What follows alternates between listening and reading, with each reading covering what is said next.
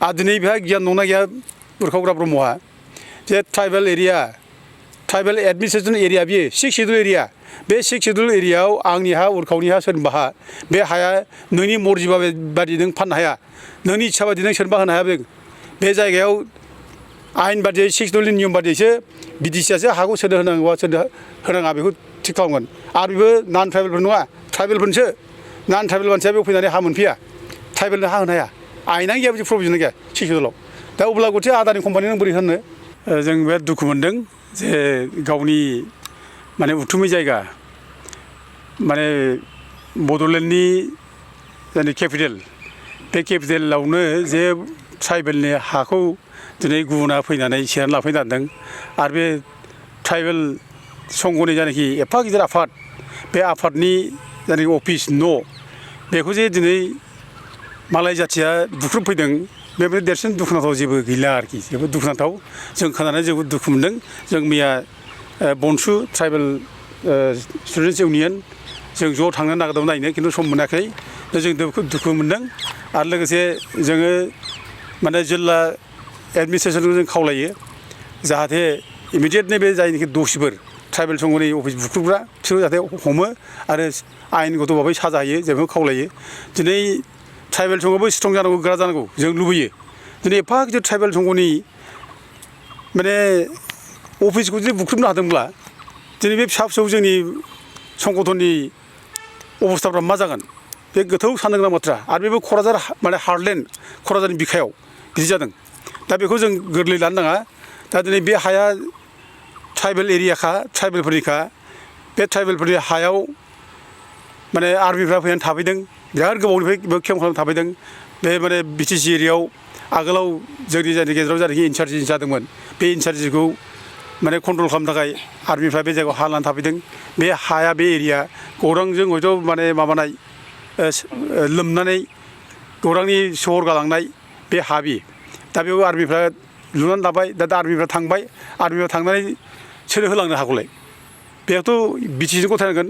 मालिकआथ' BTC हानि मालिकआ दा बिटिसिजों गथायलांबाय दा बिटिसिजों गथायलांनानै दिनै बिटिसिआ सोरनो होनो बे लकेल ट्राइबेलफोरनो होनांगोन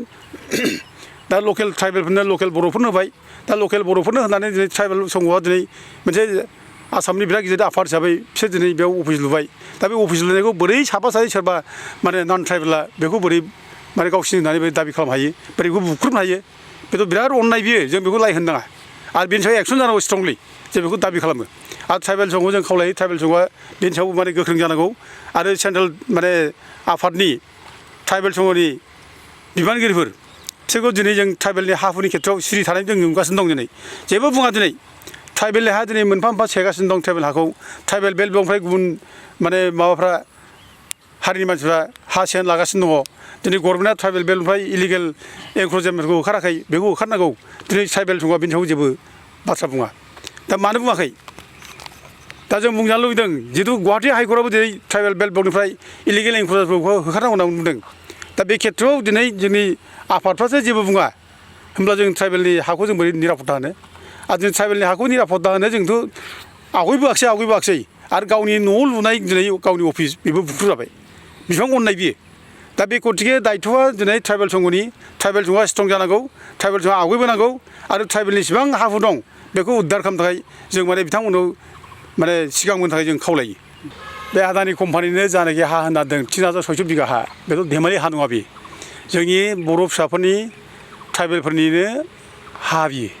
आरो बे हाखौ जों बोरै आदानि होनो दा दिनै बे जायगायाव बर'फ्रा बिराद माने बोसोरनिफ्रायनो दिनै नङा बिराद बोसोरनिफ्राय बे हाखौ माने लाबोदों बे हायाव माने आबाद मावनानै थाबोदों न' बां लुनानै आरामसे संसार जाबोदों दा दिनै फिसा फिसौ जाबाय दा भबिष्यतआ बे हायानो दा दिनैसो माबे खारनाव दिनै माने बिटिसि अथ'रिटिया प्रमद बर'मोनहा बोरै बे हाखौ दिनै आदानि कम्पानि हगारना होखो बेथ' एनक्रचार्जबो नङा बे हाग्रायाव बिसोर मैया दाखालि बा बावैसो सिगां बा बावैसो बोसोरनि सिगां हाबनानै थाबाय नङा बिसोर बेसेबांबा बोसोरनि सिगां साननो हायै समनि बोसोरनि सिगांनिफ्राय बे जायगायाव दंफैयो आरो बे जायगानि हाखौ बोरै माने आदानि बोरै हगारनो आरो आदानि जुदि हगारोब्ला जोंहा मा लाब जागोन दिनै जों अघरि जाजोबगोन जेनेबा गोरिब गुन्द्रानि जायफ्रा माने हानि सायाव जायफ्रा निर्भर खालामो जायफ्रा हाखौ लानानै थांनानै थायो दा दिनै बे माने गोरिब गुन्द्रा बर' फिसाफ्रा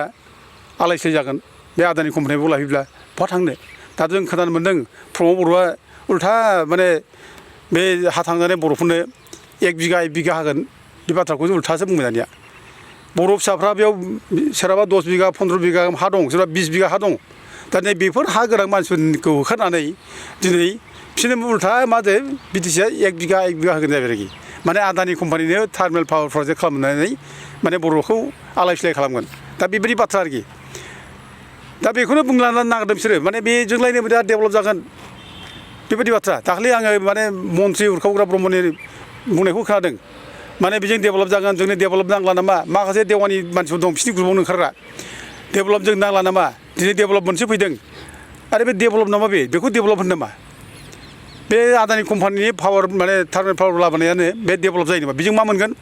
साबसे मानसिनि बेसेबां साख्रि होगोन खोन्थानायसाय मा ग्रेडनि मा केटेगरियाव होगोन खोन्था हायो नामा बिसोरो बोरै होगोन आरो बेयाव बिजनेस जागोन मा बिजनेस जागोन बेयाव मा बिजनेस दं बिदि जागोन नामा बेयाव खुनु डेभेलप जाया लकेल मानसिया खुनु बिजनेस मोना बेयाव जेबो साख्रिबो मोना बेयाव मालाय स्किल दानि दिनाव स्किल माने क्वालिफाइड मानसि नागिरो बेयाव जोङो सोरबा MA फरायबाबो मोननाय नङा नों सोरबा PhD फरायबाबो मोननाय नङा बे स्किल माने क्वालिफाइड गोनां मानसि बे मोनगोन जायफ्रा स्किल दं बिसोर मोनगोन नङाबाथ' ओरै मोननाय नङा आरो सोर मोननो फालाय आरो बेयाव बिजनेसनि मा दं बेयाव बिजनेसनि जेबो जाया दा दिनै अबेबा माने दिनै जों मानसिया अबेबा माने हायद्राबादाव अन्ध्र प्रदेशआव केरेलायाव आबाद मावनो थाङो माबा मावनो थाङो लेबार मावनो थाङो दा जों बेफोराव माने जोंनि मानसिया हाबनानै थानांगोन होनलाबायो दा दिनै जुदि बिदि जादोंब्ला दिनै बे सालाकाथि एफा गिदिर इन्डास्ट्रि जाबाय बे इन्डास्ट्रि जाबाय माने BRPL जाबाय बेयाव दिनै थासेयावबो जोंनि मानसिया दिनै माने अन्ध्रआव मानो थाङो फालाय केरेलायाव मानो थाङो फालाय मानो सोनो हायाखै बिसोरखौ मानो लिंहरफिनाखै साहस दं मानो हरफिना मानो लिंहरफिनाखै दानि माने आरो जाथारै खोथा फुजासो ओरैनो बुंलाबायनानै मानसिफोरखौ मिसलेट खालामनो नागिरो आरो जोंना इउजि ब्रह्मआ मोनसे खोथा बुंबाय जे माने बे आदानि कम्पानि माबाखौलायनो प्रजेक्टखौलायनो माने मेरला बिजोलायनो डिस्ट्रिक्ट मोनसेफ्रा मेरला बिगासिनो दंलाय गुबुन गुबुन डिस्ट्रिक्टआव आरो जेराव बिजों बेयाव हरदोना मानो नांगौ फालाय बेयाव हरबानो जाबाय ना मानो हराखै बेयावलाय दा दिनै रायजो गेजेरावसो मोनसे बिभ्रान्त सृष्टि खालामनाय रायजोखौ माने फोलानानै रायजोखौ माने एरसन एरब्र खालामनानै गुलाय गुजाय खालामनाय बेल'सो दिनै बेसेबां साख्रि मोनगोन माबोरै डेभेलप जागोन बेखौथ' बुंनो हाया मा बिजनेस फैगोन बे जायगायाव बिजनेस खोथाखौथ' बिथाङा बुंनो हाया ओरैनो गोदाव सोराव आरो दाखालि आं खोनाबावबाय जे गावनि हाखौनो हगारबावनो दाना उरखावा दा 3600 बिघा बिदों आदानि 3600 बिघा हा नांगौ उरखावग्रा ब्रह्मआ हा दंना बिदि 3600 बिघा आदानि कम्पानि होनो अबाव दं बेलाय आरो दिनै बेहा गियान दंना गैया उरखावग्रा ब्रह्मआ जे ट्राइबेल एडमिनिस्ट्रेसन एरिया बियो 6 शिड्युल एरिया बे 6 शिड्युल एरियायाव आंनि हा उरखावनि हा सोरनिबा हा बे हाया नोंनि मर्जि बादि नों फाननो हाया नोंनि इच्छा बादि नों सोरनोबा होनो हाया बे जायगायाव आयेन बादियै 6 शिड्युलनि नियम बादियैसो बिटिसिआसो हाखौ सोरनो होनांगौबा सोरनो होनाङा बेखौ थिग खालामगोन आरो बेबो नन ट्राइबेलफोर नङा ट्राइबेलफोरसो नन ट्राइबेल मानसिया बेयाव फैनानै हा मोनफैया ट्राइबेलनो हा होनो हाया आयेनानो गैया बिदि प्रभिजन गैया 6 शिड्युलाव दा अब्ला गथे आदानि कम्पानि नों बोरै होनो बेथ' आदानियाथ' ट्राइबेल मानसि नङा बे एफा गोजाव गोसाव एखेबारे खुन मुलुगनि मानसि बियो बे बोरै हा मोनफैनांगौ दिनै आदानि कम्पानि बादिया दिनै जायगा माने इन्डास्ट्रि खुलिनो थाखाय दिनै बे झारखन्डआव बेफोर जायगाफ्राव दिनै झारखन्डनि मानसिफ्रा अनेक रानखाव रानसि जानानै थानो हायि जानानै दिनै हा न' बां थांजानानै न' गारि खारदों दिनै जोंनि जायगायाव हाग्रा बंग्रा थाफैजोबदों दिनै बेफोर मानो थादोंमोनलाय बेफोर मानसियानो थाफैदों झारखन्ड मानसियानो थाफैदों गावसिनि रायजोखौ गारनानै दिनै जोंनि मालाय रायजोआव मानो थाफैखो आरो जोंनि अबस्थायाव बे रोखोम जायोब्ला जों बहा थांनो जोंहा मा रायजो दं फालाय दा जोंथ' बेयावनो थानांगोन जों बेयावनो थैनांगोन जोंनि हा बे जों बेखौ गोबानानै जों बेयावनो जोंनि जिबनखौ जों खांनांगोन जोंनि भबिष्यतखौ जों बानायनांगोन जों बहा थांनो दिनै मालायखौ मोनसेबो होखाराखै दिनै हाग्रा बंग्रा मालाया हाबानो थाफैजोब्बाय बेखौ होखाराखै माने ट्राइबेल माने हाफोरखौ दिनै गुबुनफ्रा लाजोब्बाय बेखौ होखाराखै दिनै गावनि मानसिखौसो होखार दिनै मालायनो माने हा होनो नागिरदों मालायनो कम्पानिनो इन्डास्ट्रि खालामनो नागिरदों जों बहा थांगोन दिनैलाय एमन दुखुनांथाव दिनै बे माने कालिचरन गुरुदेब मोनहा हा हुनि निरापत्तानि थाखाय ट्राइबेल बेल्टनि निरापत्तानि थाखाय दिनै साइमन कमिसन बादिनो मेम'रेन्डाम होदों आवाज होबोदों दिनै बिनि जायगायाव कालिचरन गुरुदेबनि जन्म जायगायाव दिनै हाखौ सेनानै ट्राइबेल हाखौ सेनानै आदानि कम्पानि हा नागिरो माबे लासिं सिं मानसि जाखो जोंनि मानसिफ्रा बिसोरनो बुङो बेखौ बिरादनो गुरुदेब कालिचरन होनना बुङो बिसोरो खिन्थु फानग्राबो बिसोरनो गुरुदेब कालिचरन फानग्राबो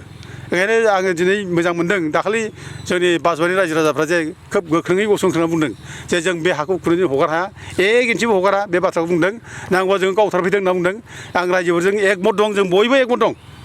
जोंनि बनसु होन आथसु होन जों एकमत दं बयबो गोसोखांगोन आरो बे रायजोफोरखौ होखारनो नागिरब्ला जोंनो फार्स्ट जों बेयाव गसंथायगोन सासेबो रायजोफ्रा जाहाथे